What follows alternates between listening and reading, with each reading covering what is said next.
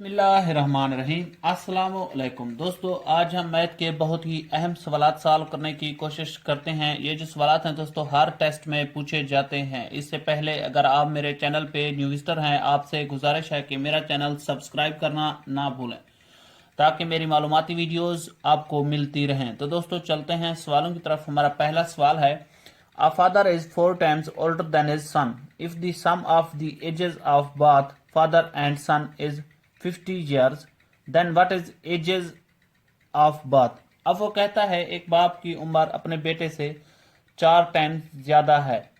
आगे कहता है if the sum of the ages of both, अगर उन दोनों की एजेस का मजमुआ 50 साल हो तो उनकी मौजूदा एजेस क्या हैं। अब देखें, अब हम फर्ज करते हैं age of son, age of son. अब क्योंकि उसने यहां सन की एज मेंशन नहीं की, हम फर्ज कर लेते हैं सन की age is equal to x. अब क्योंकि बाप उससे 4 टाइम्स बड़ा है तो फादर एज यहां पे लिखते हैं, father age is equal to 4 time वो बेटे से बड़ा है तो इसको लिखेंगे 4x। अब वो आगे कहता है the sum of the ages of both father and son is 50। अब वो कहते हैं इन दोनों का मजमुआ 50 है। अब देखें, बेटे की उम्र है x प्लस बाप की उम्र है 4x और इनका जो मजमुआ बन रहा है वो है 50। यहां उसने इसको मेंशन किया, लिखेंगे यहां 50। अब देखें ये एक इक्वेशन बन गई है। अब देखें x प्लस 4x तो ये होंगे 5x इज इक्वल टू 50। अब देखें मसवात को हम 5 पे तकसीम कर देते हैं, 5 5 यहाँ बचे, ये इससे cancel. x is equal to 50 तकसीम 5, ये होते हैं 10। अब देखें x की जो वैल्यू है वो है 10। अब बेटे की उम्र है x इज इक्वल टू 10, बेटे की उम्र है 10 साल। और इसी तरह अब हम बाप की उम्र निकालेंगे। देखें 4x है, अब देखें 4 ज़रब 10 इज इक्वल टू यह आएगी 40। बेटे की उम्र है 10 और बाप की उम्र है 40 साल। 10 और उनकी उम्र का जो मजमुआ बनता है देखें वो खुद ब खुद 50 बन रहा है। तो अगला हमारा, dad is 21 years older than son. 5 years ago, Dad was 4 times as of his son. What is the ages now? अब वो कहता है बाप की उम्र बेटे से 21 साल ज्यादा है। 5 years ago, 5 साल पहले, Dad was 4 times as of his son.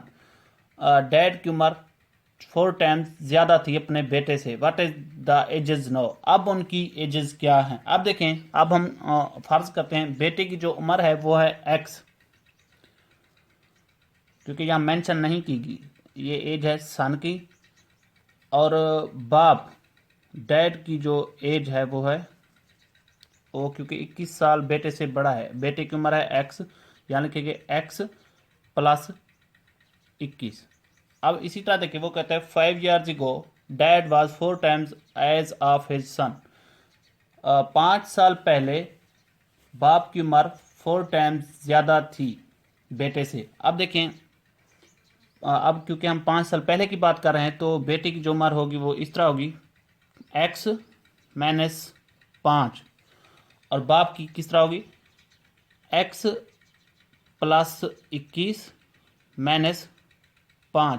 तो आगे वो कहता है 4 times age of a son, 4 time अपने बेटे से ज़्यादा थी। अब देखें इसको इस तरह लिखते हैं हम, बाप की जो एज है वो है x plus 21 minus 5 is equal to 4 time ज़्यादा है तो इससे हम 4 मल्टीप्लाई करेंगे, 4x माइनस 5। अब देखें x plus 21 minus 5 is equal to 4x, 4 ज़रब x ये आएंगे 4x माइनस 4 ज़रब 5 ये आएंगे 20। अब देखें ये एक मसवात है, इसको सॉल्व करते हैं। x प्लस ये 21 से 5 जाएं तो ये कितने बचेंगे 16 is equal to 4x minus 20। अब देखें ये x इस साइड पे आएगा, ये 20 इस साइड पे आ जाएगा, तो ये प्लस का हो जाएगा, ये माइनस का हो जाएगा। अब देखें 16 plus 20 is equal to 4x minus x। अब देखें ये हो जाएंगे 36 इज इक्वल टू, ये 4x है, ये x माइनस का है, तो ये बचेंगे 3x। अब देखें x यहाँ पे हम 3 को तकसीम कर देते हैं, मसवात को 3 पर तकसीम करने से x की जो वैल्यू बचेगी वो बचेगी इज इक्वल टू 12। अब देखें बेटी की जो उम्र है वो है 12 साल, x की कीमत है 12। इसी तरह x बाप की जो डैड की जो अब उम्र है वो है x प्लस 21, x प्लस 21।